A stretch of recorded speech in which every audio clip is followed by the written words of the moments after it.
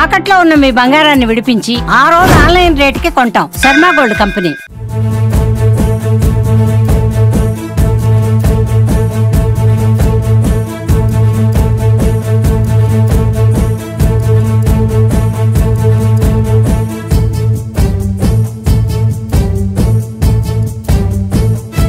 నమస్తే సుమన్ టీవీ. మనం ప్రస్తుతం పిఠాపురం నియోజకవర్గంలో ఉన్నాము. పిఠాపురం నియోజకవర్గంలో మెగా బ్రదర్ కొణిదెల నాగబాబు గారు ఎమ్మెల్సీగా ఉన్న సంగతి తెలిసిందే. ఆయన పిఠాపురం నియోజకవర్గంలో పలు అభివృద్ధి కార్యక్రమాలకి ఈ రోజు రావడం జరిగింది. ప్రారంభోత్సవాలు, అదే విధంగా కొత్త పింఛన్నులు ఏవైతే ఉన్నాయో ఆయన చేతుల మీదుగా ఇవ్వడం, జగ్గే చెరువుకు సంబంధించి పలు అభివృద్ధి కార్యక్రమాల్లో ఆయన పాల్గొనబోతున్నారు.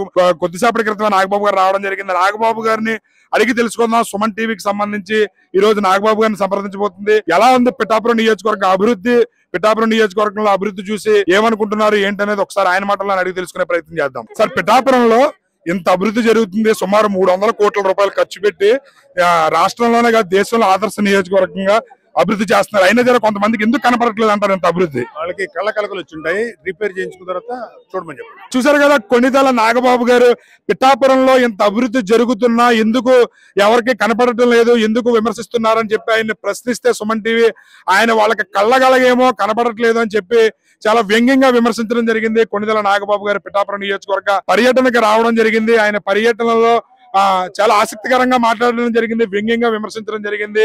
కళ్ళగలగా ఉండబట్టి వాళ్ళకి కనపడటం లేదు. ఎందుకంటే 323 కోట్ల రూపాయల నిధులతో పిఠాపురం నియోజకవర్గాన్ని 1 సంవత్సర కాలంలోనే అభివృద్ధి చేయడం జరిగింది. రాబోయే 4 ఏళ్లలో మరింత అభివృద్ధి జరగబోతుంది అనడానికి నిదర్శనం ఈ కార్యక్రమాలన్నీ. దయచేసి ప్రతి ఒక్కరూ చూడండి జరుగుతున్న అభివృద్ధిని, అంతేగాని విమర్శించొద్దని చెప్పి కూడా ఆయన స్పందించడం జరిగింది. కెమెరామెన్ అశోక్ తో శ్రీనివాస్, సుమన్ టీవీ.